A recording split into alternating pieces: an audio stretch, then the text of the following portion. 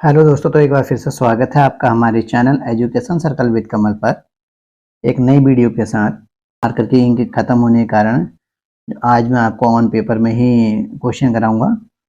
देखिए, अभी तक हमने एक्सरसाइज 4.1 का क्लियर कर लिया था। हमारा द्विघात समीकरण चैप्टर नंबर 4 चल रहा था, जिसमें हमने 4.1 कंप्लीट कर लिया, सारे क्वेश्चन कर लिए थे। अब आज हमारी जो टर्म है वो 4.2 की है, प्रश्नावली गुणनखंड विधि से।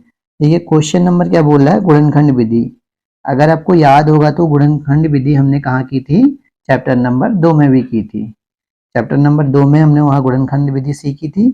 आज उसी गुणनखंड विधि से बोल रहा है निम्न द्विघात समीकरणों के मूल ज्ञात कीजिए। यानी वह क्वेश्चन क्या था कि गुणनखंड विधि द्वारा शून्यांक ज्ञात कीजिए और यह मूल ज्ञात कीजिए। मूल और शून्यांक लगभग एक ही चीज होती है। मूल ज्ञात करने का अर्थ यह है कि x की वैल्यू ज्ञात करनी है और शून्यांक भी x की वैल्यू, मतलब x एक ऐसी वैल्यू होती है जो उसकी मूल संख्या होती है। तो चलिए आज हम जो है गुणनखंड विधि से द्विघात समीकरण के मूल ज्ञात कर लेते हैं। देखिए, हम सभी जानते हैं कि द्विघात समीकरण है, क्योंकि किसी भी समीकरण में अगर उच्चतम घात 2 रहती है तो द्विघात समीकरण कहलाता है। एक चर में द्विघात समीकरण है। हम इसको गुणनखंड विधि द्वारा करेंगे, किसके, फैक्टराइजेशन मेथड के द्वारा इसको हल करते हैं। तो सबसे इजी जो इसका मेथड है वो क्या है, यहाँ देखिए कुछ नहीं है तो यहाँ 1 लगा लिया। इस जो ये जो है अचर पद है, अचर पद की मल्टीप्लाई किससे होती है, चर पद यानी एक्स स्क्वायर के गुणांक से। हर किसी में स्टेप नंबर 1 यही होता है। तो 10 एकम 10 हो गया। अब 10 को हमको इस प्रकार तोड़ना है कि जोड़ने या घटाने पर मिडिल वाली संख्या आनी चाहिए, ये 3 आना चाहिए। तो हम 10 को किस किस प्रकार लिख सकते हैं, देखिए 2 पंजे 10 ऐसे लिख सकते हैं, 5 दूना 10 इस प्रकार लिख सकते हैं, और 10 एकम 10। ये तीन ही कंडीशन होंगी 10 लिखने की। अब इसमें देखेंगे हम लोग, 2 में से 5 घटाएंगे तो माइनस का 3 आएगा और जोड़ेंगे तो 7 आ जाएगा। इसी प्रकार से इसमें देखिए 5 में 2 जोड़ेंगे तो 7 आ जाएगा और 5 में से 2 माइनस करेंगे तो 3 आ जाएगा। यानी ये वाली जो हमारे पास डिजिट है ये सुटेबल है इसके लिए। देखिए अब हमें क्या करना है, एक्स स्क्वायर ऐसे लिख देना है, सब वैसे उतारना है। बस इस 3 को जो हम क्या लिख देंगे, 5 माइनस का 3, 5 माइनस का 3 2 सॉरी, ये x आ जाएगा माइनस 10, सारी चीजें वैसी लिख दी जाएंगी। अब जो है हमने 5 माइनस ही क्यों किया, क्योंकि देखो माइनस करने पे हमारा 3 बन रहा था। अगर हम यहाँ प्लस करते तो क्या होता, 7 हो जाता। यदि यहाँ 7 होता तो इसको प्लस करते। तो जोड़ना या घटाना जो है हमारे ऊपर है, हम संख्या को देखकर पता लगाएंगे कि हमको जोड़ना है या घटाना है। अब देखिए बस जो मेन जो टर्म थी वो स्टेप नंबर 1 में ही होती है। अब क्या है हमारा, अब सॉल्यूशन है। अब हम सॉल्यूशन करेंगे इसका। एक्स स्क्वायर ब्रैकेट खुलेगा तो ये माइनस अंदर मल्टीप्लाई होगा तो माइनस का एक्स भी यहाँ आएगा तो x minus minus plus 2x minus का 10 इक्वल टू 0। ये एक पेयर बन जाता है, ये एक पेयर बन जाता है। हम लोग इसको, ये जो टर्म है ये जो मैंने बताई, ये हम इसलिए करते हैं ताकि हमारे पास जो है 4 पद बन जाए। देखिए यहाँ पे 3 पद थे, 1 2 3। अब यहाँ कितने बन गए, 1 2 3 4। इस प्रकार से क्या बन गया, ये पेयर बन गया, एक जोड़ा बन गया। अब हम क्या करेंगे, इस पेयर पे नहीं देखेंगे, सिर्फ इसी पेयर पे ध्यान रखेंगे। यहाँ देखेंगे हमको कॉमन क्या मिल रहा है। कॉमन का अर्थ ये होता है उभयनिष्ठ, मतलब एक ऐसी संख्या जो दोनों के पास हो। देखिए यहाँ पे x दोनों के पास है, दोनों x उधार दे सकते हैं, यानी x हमने बाहर निकाल लिया। तो यहाँ कितना बचेगा, एक x बच जाएगा माइनस 5। कॉमन का अर्थ होता है एक ऐसी संख्या जो दोनों दे सके। अब यहाँ से कॉमन कितना आ रहा है, देखिए x है, इसके पास x नहीं है, x भी कॉमन नहीं है, यहाँ 2 है और यहाँ 1 है।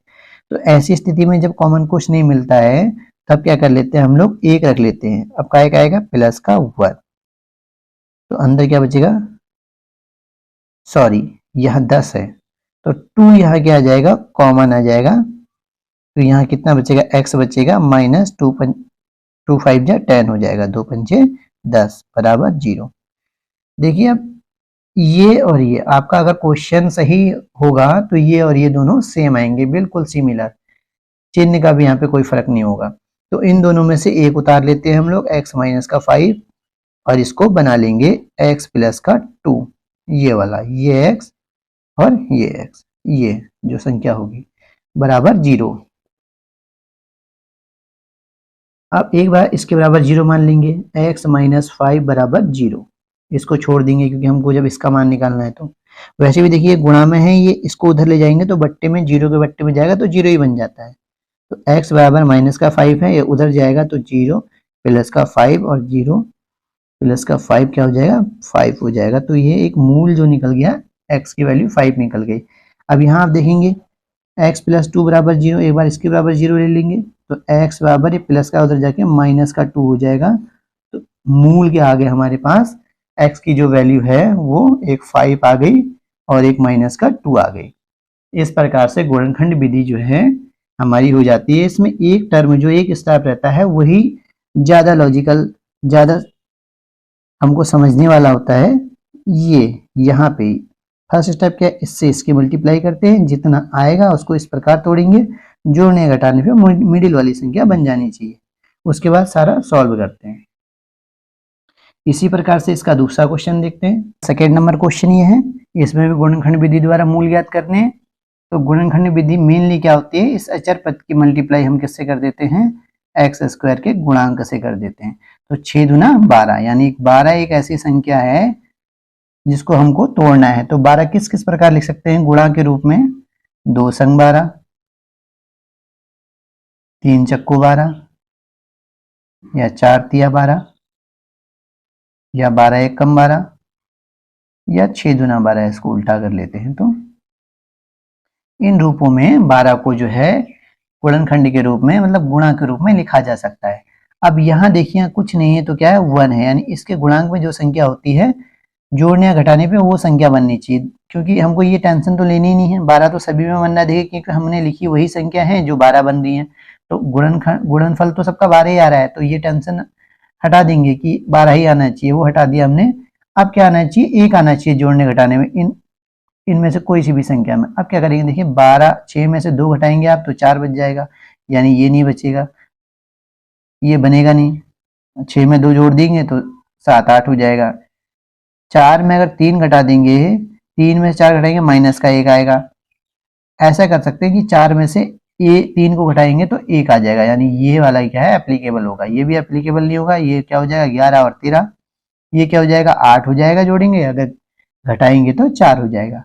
इसका मतलब ये है, ये वाला जो है देखिए 4 में अगर 7 जोड़ेंगे तो जोड़ने में 7 आ रहा है, हमको जोड़ना। अब घटा के देखते हैं, 4 माइनस का 3 तो 1 आ जा रहा है, इसका मतलब हमें घटाना है। तो 2x स्क्वायर प्लस इस एक को हमको क्या कर देना है, 4 माइनस का 3 लिख देना है, और ये x वैसा ही रहेगा, सारी चीजें वैसी ही रहती है। अब हमें इसके बाद क्या करना है, ये ब्रैकेट खोलना है, हमारी अप्रोच ये रहती है। तो 2x स्क्वायर प्लस ये ब्रैकेट खोलेंगे तो x इसमें मल्टीप्लाई होगा तो 4x माइनस का 3x माइनस का 6 बराबर 0। ये देखिए 3 पद थे, अभी 4 पद में कन्वर्ट हो गए हैं, यानी 2 का पेयर बन गया, 1 पेयर एंड सेकेंड पेयर। अब हम क्या करेंगे, अभी फिलहाल हम इसमें नहीं देखेंगे, अभी हमें पहले वाले पेयर में देखना है कि इस जोड़े में हमारा क्या कॉमन आ रहा है। देखिए 2 कॉमन आ रहा है, 2 एक कम 2, 2 दूना 4, तो 2 कॉमन आ गया। x भी कॉमन आ रहा है, दोनों x भी जो है लीव कर सकते हैं, तो 2 एक कम 2 कट गया 2, एक्स स्क्वायर से x गया तो 1x प्लस 2 दूना 4, x कैंसिल हो गया तो कुछ नहीं बचेगा। देखिए यहाँ आप क्या कॉमन आ रहा है, पहली बात तो दोनों संख्याओं के संग माइनस माइनस से देखिए माइनस भी कॉमन आ रहा है, और संख्या कॉमन आ रही है, यानी 3 का टेबल जो है दोनों में चले जाएगा, 3 एक कम 3, यानी सिर्फ x बचा माइनस 3 दूना 6 बराबर 0। देखिए माइनस माइनस क्या हो जाएगा, प्लस हो जाएगा, ठीक है। अब देखिए ये जो है दोनों हमारे पास इक्वल है, इसका मतलब हमारे क्वेश्चन जो है क्या है, सही है, हमने क्वेश्चन सही किया है। यहाँ तक इन दोनों में से एक उतार लेंगे हम, x प्लस का 2, और इनको बना लेते हैं, ये जो दे रखा है 2x और माइनस का 3, तो 2x माइनस का 3 इक्वल टू 0। तो इसके बराबर 0 मान लेंगे एक बार, x प्लस 2 बराबर 0, तो x बराबर माइनस का 2, ये प्लस है उधर जाके माइनस का, तो देखिए x का मान आ गया माइनस का 2। एक बार इसके बराबर 0 मान लेंगे, 2x माइनस का 3 बराबर 0, 2x बराबर उधर जाके प्लस का 3 हो जाएगा, x बराबर 3 बाई टू, गुणा में है तो काय में आ जाएगा, बट्टे में आ जाएगा। तो ये क्या हो गया, आंसर हो गया। इस प्रकार गुणनखंड विधि से हम लोग द्विघात समीकरणों के मूल या शून्यांक ज्ञात करते हैं। कि इसी का क्वेश्चन नंबर 3 है। अभी तक हमारे पास रूट की संख्या नहीं आई थी, देखिए यहाँ पे रूट की संख्या आ गई है। तो इसमें जो है बच्चे काफी कंफ्यूज जाते हैं कि अब इसकी मल्टीप्लाई, क्योंकि देखिए स्टेप तो वही रहेगा, स्टेप चेंज नहीं होगा हमारा। हम क्या करेंगे, अचर पद की मल्टीप्लाई किससे करेंगे, एक्स स्क्वायर के गुणांक से करेंगे, यानी इस संख्या से, इस संख्या की। तो अब बच्चे सोचते हैं कि ये तो गुणा ही नहीं हो पाएगा हमसे। अब हम क्या करेंगे, यदि आपसे गुणा नहीं होता है तो इसको साइड में लिख लीजिए। आप गुणा किसकी कर रहे हैं, आप गुणा किसकी कर रहे हैं, √2 मल्टीप्लाई 5√2 की मल्टीप्लाई कर रहे हैं। तो आपको मालूम है, आपको मालूम है कि यहाँ कुछ नहीं है तो क्या है, एक है। एक की 5 से गुणा होगी तो 5 से कम 5 होगा, मल्टीप्लाई अब इसकी गुणा इससे हो जाएगी। तो आप ये जानते हैं कि √2 की मल्टीप्लाई √2 से होगी तो सिर्फ 2 ही आएगा हमारे पास। तो क्या हो जाएगा, 2 पंजे 10, यानी वो संख्या क्या आ गई, 10 आ गई।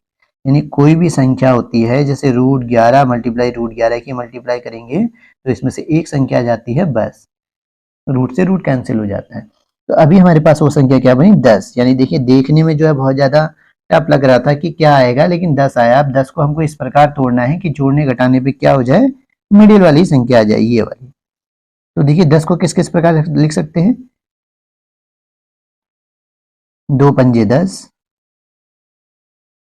5 दूना 10 और 10 एकम 10, ये तीन ही कंडीशन है। तो देखिए यही हमारा बन जा रहा है, 2 और 2 में से अगर 5 में से 2 को घटाएंगे तो माइनस का 3 आएगा, जबकि हमको 7 चाहिए तो 2 को प्लस कर देंगे 5 से, तो कितना आ जाएगा हमारे पास, 10 आ जाएगा। यानी यही कंडीशन बन जा रही है हमारे पास।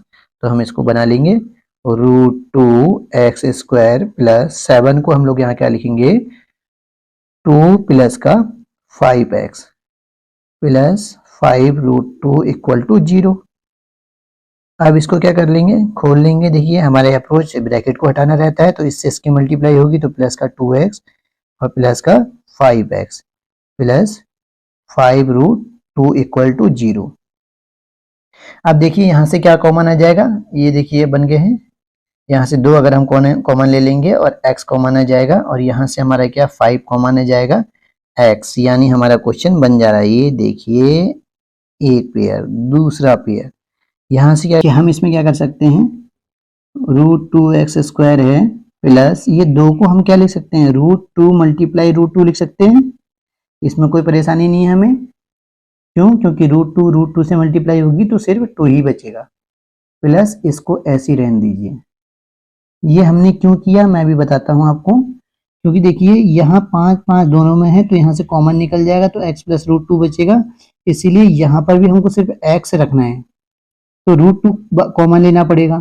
तो √2 कॉमन लेंगे तो यहाँ तो √2 है नहीं, इसलिए हमने क्या किया, इस 2 को √2 मल्टीप्लाई √2 कर दिया, क्योंकि इसमें कोई मान परिवर्तन नहीं है, मल्टीप्लाई करेंगे तो 2 ही रहेगा। सिर्फ हमने अपने क्वेश्चन को सॉल्व करने के लिए ऐसा किया है।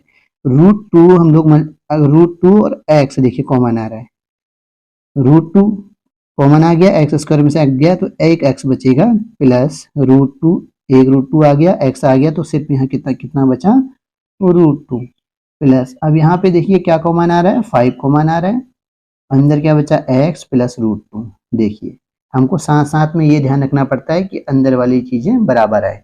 तो इक्वल आई है हमारे पास, हम क्या करेंगे, इनमें से एक बना लेंगे, x प्लस √2 उतार लेंगे, फिर इनको बना लेंगे, √2x प्लस का 5 बराबर 0। एक बार इसके बराबर 0 रख लेंगे, x प्लस √2 बराबर 0, तो x की जो वैल्यू हो जाएगी माइनस का √2, तो ये प्लस का है, उधर जाके क्या हो जाएगा, माइनस का। तो ये एक आंसर आ गया हमारे पास। एक बार इसके बराबर 0 रख लेंगे, √2x प्लस 5 इक्वल टू 0, तो √2x बराबर, ये प्लस है उधर जाके माइनस का 5 हो जाएगा,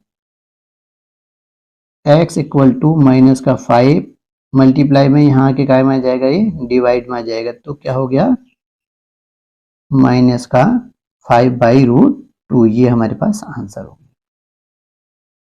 इस तरीके से ये क्वेश्चन होते हैं। गुणनखंड बहुत ही इजी मेथड है, कोई ज़्यादा टफ नहीं है। पहला स्टेप हमें यही ध्यान रखना है। तो आई होप आप लोगों को क्वेश्चन समझ में, गुणनखंड विधि बहुत अच्छे समझ में आई होगी। तो इस वीडियो को शेयर, लाइक एंड कमेंट कीजिए एंड सब्सक्राइब करना ना भूलें हमारे चैनल को, इससे हमारी हर वीडियो की नोटिफिकेशन आपको मिलती रहेगी। Thank you.